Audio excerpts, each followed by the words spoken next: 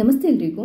ಇವತ್ತೊಂದು ಮಂಗಳೂರಿನ ತುಂಬನೇ ಫೇಮಸ್ ಪ್ರಾನ್ಸ್ ಗಸಿ ಅಥವಾ ಎಟ್ಟಿ ಮೀನಿನ ಗಸಿಯನ್ನು ತುಂಬನೇ ಸುಲಭವಾಗಿ ಮಂಗಳೂರು ಸ್ಟೈಲಲ್ಲಿ ರುಚಿಯಾಗಿ ಯಾವ ಥರ ಮಾಡ್ಬೋದು ಅನ್ನೋದನ್ನು ಹೇಳ್ಕೊಡ್ತಾ ಇದ್ದೇನೆ.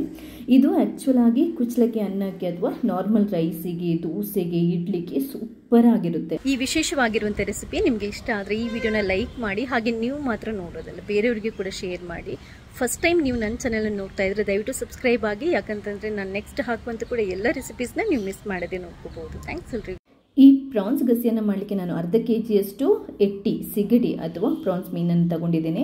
ಇದನ್ನ ನೀಟಾಗಿ ಕ್ಲೀನ್ ಮಾಡ್ಕೋಬೇಕು. ನಿಮಗೆ ಗೊತ್ತಿಲ್ಲದಿದ್ದರೆ ಫಿಶ್ ಸ್ಟಾಲ್ಗಳಲ್ಲಿ ಕ್ಲೀನ್ ಮಾಡಿ ಕೊಡ್ತಾರೆ, ಅಲ್ಲಿಂದನೇ ಕ್ಲೀನ್ ಮಾಡ್ಕೊಂಡು ತಗೊಂಬನ್ನಿ. ಆನಂತರ ಒಂದ್ಸರಿ ತೊಳೆದ್ರೆ ಸಾಕು. ಇವಾಗ ಇದಕ್ಕೊಂದು ಮಸಾಲೆನ ರೆಡಿ ಮಾಡ್ಕೋಬೇಕು. ಸ್ಟವ್ ಮೇಲೆ ಒಂದು ಬಾಣಲೆ ಇಟ್ಟು 2 ಟೇಬಲ್ ಸ್ಪೂನಷ್ಟು ಕೊತ್ತಂಬರಿ ಬೀಜ, 1 ಟೇಬಲ್ ಸ್ಪೂನಷ್ಟು ಜೀರಿಗೆ, ಅರ್ಧ ಟೇಬಲ್ ಸ್ಪೂನಷ್ಟು ಮೆಂತೆ, ಅರ್ಧ ಟೇಬಲ್ ಸ್ಪೂನಷ್ಟು ಕಾಳುಮೆಣಸು, 1/4 ಟೇಬಲ್ ಸ್ಪೂನಷ್ಟು ಓಮಕಾಳು. ನಮ್ಮ ಕಡೆ ಊರ ಕಡೆ ಫಿಶ್ ಮತ್ತು ಈ ಚಿಕನ್ಗೆ ಓಮಕಾಳು ಹಾಕ್ತಾರೆ, ಕೆಲವರು ಹಾಕಲ್ಲ, ನಿಮ್ಮ ಇಷ್ಟ. 1/4 ಟೇಬಲ್ ಸ್ಪೂನಷ್ಟು ಸಾಸಿವೆ, ಒಂದು ಸ್ವಲ್ಪ ಕರಿ ಲೀವ್ಸು.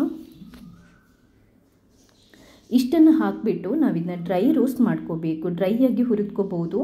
ಆಯಿಲ್ ಸ್ವಲ್ಪ ಹಾಕಿ ಬೇಕಾದರೂ ಹುರಿದ್ಕೋಬಹುದು, ಅಥವಾ ಆಯಿಲ್ ಹಾಕದೇನೂ ಹುರಿದ್ಕೋಬಹುದು. ಸ್ವಲ್ಪ ಲೈಟಾಗಿ ರೋಸ್ಟ್ ಮಾಡಿಕೊಂಡ್ರೆ ಸಾಕು. ಹಾಗೆಯೇ ಇದಕ್ಕೊಂದು 5-6 ಮೆಣಸನ್ನು ಹಾಕ್ಕೊಂಡಿದ್ದೇನೆ. 5 ಬ್ಯಾಡಗಿ ಮೆಣಸು, 1 ಖಾರ ಮೆಣಸನ್ನು ಹಾಕ್ಕೊಂಡಿದ್ದೇನೆ.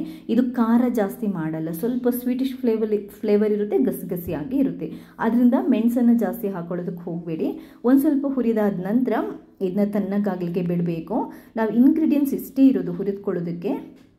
ತಣ್ಣಗಾದ ನಂತರ ಒಂದು ಮಿಕ್ಸಿಗೆ ಹಾಕೋಬೇಕಿದ್ನ. ಅದಾದ ನಂತರ ಒಂದು ಚಿಕ್ಕ ನಿಂಬೆ ಗಾತ್ರದಷ್ಟು ಹುಣಸೆ ಹಣ್ಣನ್ನು ಹಾಕೋಬೇಕು. ಅರ್ಧ ಈರುಳ್ಳಿನ ಚಿಕ್ಕದಾಗಿ ಕಟ್ ಮಾಡ್ಕೊಂಡು ಹಾಕೊಳ್ಳೋಣ. ಹಸಿ ಈರುಳ್ಳಿಯೇ ಗ್ರೈಂಡ್ ಮಾಡುವಾಗ ಹಾಕುವಂಥದ್ದು. ಒಂದು 5-6 ಎಸಳು ಬೆಳ್ಳುಳ್ಳಿ ಕೂಡ ಗ್ರೈಂಡ್ ಮಾಡುವಾಗ ಹಾಕೊಳ್ಳುವಂಥದ್ದು. 1 ಕಪ್ ಕಾಯಿ ತುರಿ ಕೊಬ್ಬರಿಯನ್ನು ಹಾಕಬೇಕು. ಕೊಬ್ಬರಿಯನ್ನು ಹುರಿಯುವಂಥ ಅವಶ್ಯಕತೆ ಇಲ್ಲ, ಡೈರೆಕ್ಟಾಗಿ ಹಾಕಿದರೆ ಸಾಕು. 1 ಕಪ್ಪಷ್ಟು ಬೇಕಾಗುತ್ತೆ. 1/4 ಟೇಬಲ್ ಸ್ಪೂನಷ್ಟು ಅರಿಶಿನ ಪುಡಿ, ಆಮೇಲೆ ಒಂದು ಅರ್ಧ ಲೋಟದಷ್ಟು ನೀರನ್ನು ಹಾಕಿಬಿಟ್ಟು ಇದನ್ನ ಈ ಥರ ಗಸಿ ಥರ, ಅಂದರೆ ಈ ಗ್ರೇವಿ ಥರ ತುಂಬ ನೈಸಾಗಿ ಪೇಸ್ಟ್ ಮಾಡ್ಕೋಬೇಕು. ನಮಗೆ ಗಸಿ ಸೂಪರಾಗಿ ಬರಬೇಕಾದ್ರೆ ಇದು ಎಷ್ಟು ನುಣ್ಣಗೆ ನಾವು ರುಬ್ಕೊಂತೀವೋ ಅಷ್ಟು ಒಳ್ಳೆಯದು, ತರಿ ಇರಬಾರ್ದು. ಈ ಮಸಾಲೆನ ಒಂದು ಪಾತ್ರೆಗೆ ತೆಗೆದ್ಬಿಟ್ಟು ಹಾಕೊತಾ ಇದ್ದೇನೆ ನಾನು. ಇದಕ್ಕೆ ಒಂದು ಸ್ವಲ್ಪ ನೀರನ್ನು ಹಾಕೊತಾ ಇದ್ದೇನೆ. ಮಿಕ್ಸಿಯನ್ನು ತೊಳೆದ ನೀರನ್ನೇ ಹಾಕ್ತಾ ಇದ್ದೇನೆ. ಇದು ತುಂಬ ತೆಳ್ಳಗೆ ಮಾಡಬಾರ್ದು, ಒಂದು ಸ್ವಲ್ಪ ಗಸಿಯಾಗೇ ಇರಬೇಕು. ಯಾಕಂತಂದರೆ ಜಾಸ್ತಿ ತೆಳ್ಳಗಾದರೆ ಅಷ್ಟೊಂದು ಪರ್ಫೆಕ್ಟಾಗಿ ಬರಲ್ಲ. ಗಸಿ ಮಾಡೋದ್ರಿಂದ ಸ್ವಲ್ಪ ದಪ್ಪನೇ ಇರಲಿ ಇದು. ಇವಾಗ ಇದಕ್ಕೆ 1-2 ಹಸಿಮೆಣಸಿನ್ಕಾಯಿನ ಕಟ್ ಮಾಡ್ಕೊಂಡು ಹಾಕೋಬೋದು. ಹಾಗೆಯೇ ಅರ್ಧ ಈರುಳ್ಳಿನ ಚಿಕ್ಕದಾಗಿ ಕಟ್ ಮಾಡ್ಕೊಂಡು ಹಾಕೊಳ್ಳಿ. ಟೋಟಲಾಗಿ 1 ಈರುಳ್ಳಿ ಸಾಕು, ಜಾಸ್ತಿ ಈರುಳ್ಳಿ ಬೇಡ. ಹಾಕ್ಕೊಂಡು ಈ ಮಸಾಲಕ್ಕೆ ಹಾಕ್ಕೊಂಡು ಇದನ್ನ ನಾವು ಈಗ ಕುದೀಲಿಕ್ಕೆ ಇಟ್ಬಿಡಬೇಕು.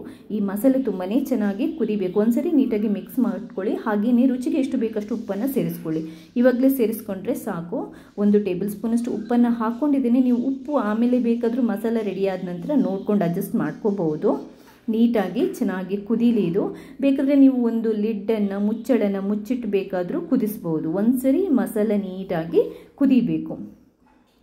ಮಸಾಲದು ಹಸಿ ಫ್ಲೇವರ್ ಹೋಗಬೇಕು. ಉಪ್ಪೆಲ್ಲ ನೋಡ್ಕೊಂಡು ಇವಾಗ ಅಡ್ಜಸ್ಟ್ ಮಾಡ್ಕೊಳ್ಳಿ. ಸ್ವಲ್ಪ ಉಪ್ಪು ಜಾಸ್ತಿನೇ ಇರಬೇಕಂದ್ರೆ ಅದಾದ ನಂತರ ನೀವು ಪ್ರಾನ್ಸ್ ಹಾಕಿದ ನಂತರನೂ ಬೇಕಾದರೂ ಹಾಕೋಬಹುದು. ಬಟ್ ಯೂಶ್ವಲ್ ನಾವೇನು ಮಾಡ್ತೀವಿ, ಮಸಾಲೆಗೆ ಉಪ್ಪನ್ನು ಕರೆಕ್ಟಾಗಿ ಅಡ್ಜಸ್ಟ್ ಮಾಡ್ಕೊಂಡಿರ್ತೀವಿ. ಮಸಾಲೆ ಕುದಿದಾದ ನಂತರ ಈ ಪ್ರಾನ್ಸನ್ನು ರೆಡಿ ಮಾಡಿ ಇಟ್ಟಿರ್ತೀವಲ್ವ, ಅದನ್ನ ಹಾಕಬೇಡಿ. ನೀರು ಇರಬಾರ್ದು ಆಯಿತು. ಒಂದು ವೇಳೆ ನೀವು ತೊಳೆದಿದ್ರು ಕೂಡ ನೀರನ್ನು ಕರೆಕ್ಟಾಗಿ ಹಿಂಡ್ಬಿಟ್ಟು ಸೋಸೆ ಹಾಕ್ಕೊಳ್ಳಿ. ಯಾಕಂತಂದರೆ ಮೀನಲ್ಲಿ ಹಾಕುವಾಗ ನೀರಿದ್ರೆ ಮಸಾಲೆ ಇದೆಯಲ್ವ ತೆಳುವಾಗುತ್ತೆ. ಮೀನು ಹಾಕಿದ ನಂತರ ಒಂದು 5 ನಿಮಿಷ, 4ರಿಂದ 5 ನಿಮಿಷ ಆದರೂ ನಾವು ಹೈ ಫ್ಲೇಮಲ್ಲಿ ಕುದೀಲಿಕ್ಕೆ ಬಿಡಬೇಕು.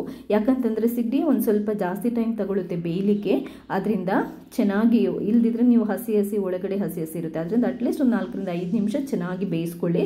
ಕುದಿದಿರೋವಂಥ ಮಸಾಲದಲ್ಲಿ ಉಪ್ಪೆಲ್ಲ ನೋಡ್ಕೊಂಡು ಅಡ್ಜಸ್ಟ್ ಮಾಡ್ಕೊಳ್ಳಿ. ಅಷ್ಟೇ.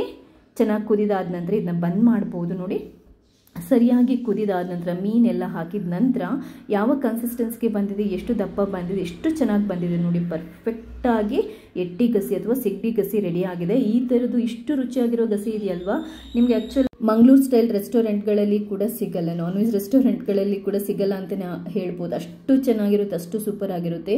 ಕುಚ್ಚಲಕ್ಕಿ ಅನ್ನದ ಜೊತೆ, ನಾರ್ಮಲ್ ವೈಟ್ ರೈಸ್ ಜೊತೆ, ಇಡ್ಲಿಗೆ ಅಂದರೆ ಈ ಸಣ್ಣ ಅಂತ ಮಾಡ್ತೀವಿ ಊರ ಕಡೆ, ಅದಕ್ಕೆ ನೀರು ದೋಸೆಗೆ ಸೂಪರ್ ಅಂತಂದ್ರೆ ಸೂಪರ್ ಕಾಂಬಿನೇಷನ್. ತುಂಬಾನೇ ಪ್ರೋಟೀನ್ಗಳಿರುವಂತಹ ಫುಡ್ ಇದು, ಮಕ್ಕಳಿಗೆ ಕೂಡ ತುಂಬಾನೇ ಒಳ್ಳೆಯದು. ಒಂದ್ಸರಿ ಈ ರೆಸಿಪಿ ಟ್ರೈ ಮಾಡಿ, ಮರೆಯದೆ ನನಗೆ ನಿಮ್ಮ ಫೀಡ್ಬ್ಯಾಕ್ನ ತಿಳಿಸಿ. ಥ್ಯಾಂಕ್ಸ್ ಎಲ್ರಿಗೂ.